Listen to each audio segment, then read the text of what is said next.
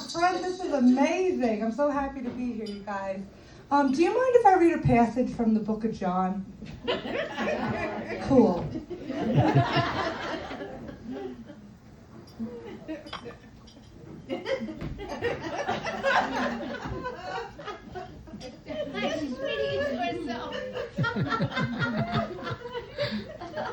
That was great, thanks. That's awesome. I look like a kindergarten teacher, don't I? Yeah. I am a kindergarten teacher. It's great. I work at a Christian homeschool program, which is awesome because you don't need a degree or a high school diploma. It's great also, too, because none of the kids there ever asked to use a litter box. And then, I have my students, they're so funny. I got one kid, he's like, oh, my back hurts. It's killing me. These books, they're so heavy, I can't carry them all by myself.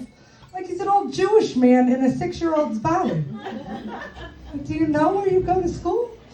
Then I got another kid, he's 3 feet tall. He busts the door open with his big fat Greek personality. He's like, I'm so tired. Go, Georgie, what are you so tired from? Because I was up all night cooking with my yaya. The girl next to him, she's from the 1930s. She's like straight out of Prohibition. She's like, Georgie, did you bring me any baklava?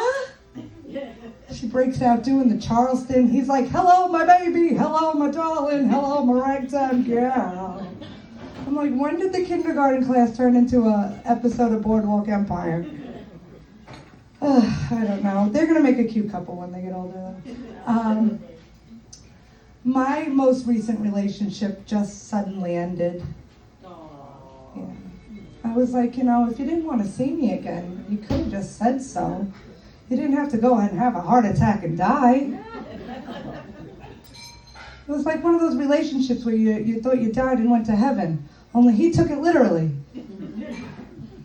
It was a very hard time in my life, I gotta be honest. I was devastated. You don't know what you're gonna go through when that happens.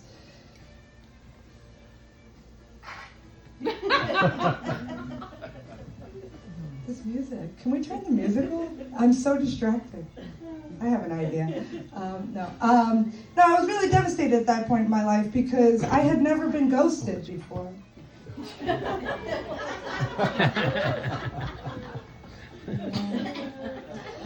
We're trying it all out here, guys. We're doing this together. Are you guys in this with me together? Are you in it? Are you in the ride? Are we all in this together tonight? Amazing. I love it. He was on life support. I had the privilege to be next to him, on his deathbed. I got to hold his hand. I got to listen to his heartbeat for the last time. And then I decided, I'm going to do what you see in movies. You lean in and you sing to the person that you love, You're like, wake up! Put on a little bit of makeup!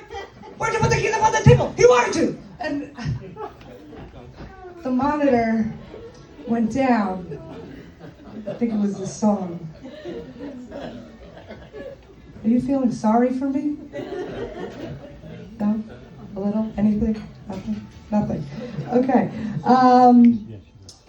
So I was crazy about him. And this was the person I thought I was going to marry, And I managed to slip a ring on his finger before they closed the casket.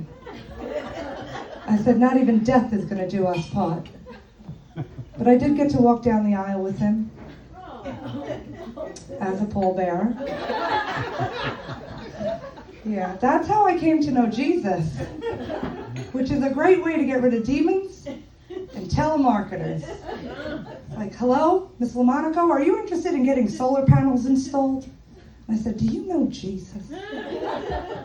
He was like, excuse me? I said, no, Jesus. And he was like, ma'am, I just want to see if you want to get some solar panels. I said, I have the power of the sun installed. He's got a plan for your life and he loves you. Click. I guess I'm not eligible anymore. They haven't called me in 7 years. Wait until the guy calls me with the extended warranty. He's going to hear all about eternal life.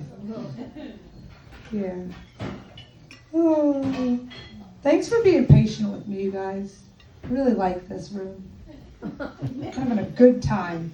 I'm having a great time here at Bivio on Jericho Turnpike.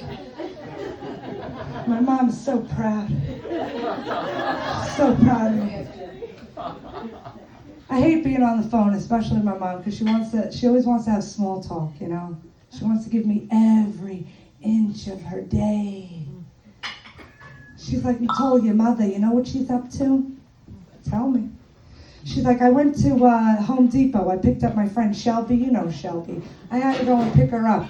We brought her to Steve Kirby's transmission shop. We had to get all the way there. This girl, she forgets her keys. So your mother has to drive all the way back to Home Depot, which is a great job. You should look into getting a job there, Nicole. You know, and then we get the keys. We go back to Steve Kirby's place. And on the way there, I run out of gas. I go, I'm running out of gas listening to this story. I go, the only thing I got out of it is that Shelby has a 401k and a pension. I got nothing. Yeah. She's always doing that too. She's always like, your mother's coming home soon. Your mother's tired. Your mother wants that house immaculate when she gets home. And I'm like, who is this mystery woman? Who's my mother? And when is she gonna show up?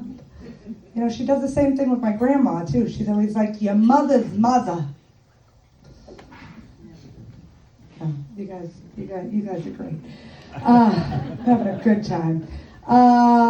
Yeah, I wonder how she refers to me to people. She's always like, you know, my ex-husband's daughter. Yeah, my family. My grandmother, she's fun, you know. She's like, Nicole, aren't you lonely during the holidays? I'm like, no, Grandma, I'm lonely all year round. Thank you for the reminder. Really appreciate that. I have a cousin, he's the golden child of the family, you know. He could do no wrong. He comes up during our last snowstorm, comes up from the basement in his Pokemon shirt, and he's like, yeah, no school. I'm like, Danny, it's Saturday. You're 48 years old. Get a job. You know? I tell my family when I die, I want to be brought to a taxidermist. So I could get, you know, to look like this. That way they could bring me down on Thanksgiving and be like, why aren't you eating? What are you, stuffed? Yeah.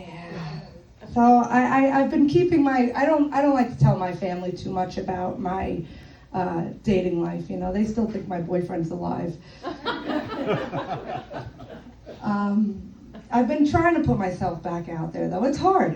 You know, you found the person you think you're gonna spend the rest of your life with, and then you gotta now be forced to be social in gatherings and things. And I went on my first date, and you know, we're walking down the street, and he grabs my hand, and now we're holding hands. I'm like, I don't know you. Now he's bribing me with ice cream. Would you like to go get ice cream? I'm like in a hostage situation. I said, listen, I know how to cross the street, okay? When I used to stop traffic when I walked. It happened to be that I was a crossing guard. Yeah. On the second date I went on, he kissed me on the E train. Like, I'm not a fan of PDA on the MTA, you know? Not my thing. I get embarrassed now about that kind of stuff. I mean, I used to be a part of the Mile High Club, but now I'm part of the much higher club. Anyway, I would go out dancing with my friends because they'd be like, hey, you want to go out? Let's get you out of the house. Let's do something fun. Let's go for a girls' night out. I'm like, okay. So I'd go, and we're out, we're dancing, we're doing our thing, right? And then I get some weird guy that comes up behind me with this move, right? I'm like, okay, now I have to out-weird this dude. So I'm just like...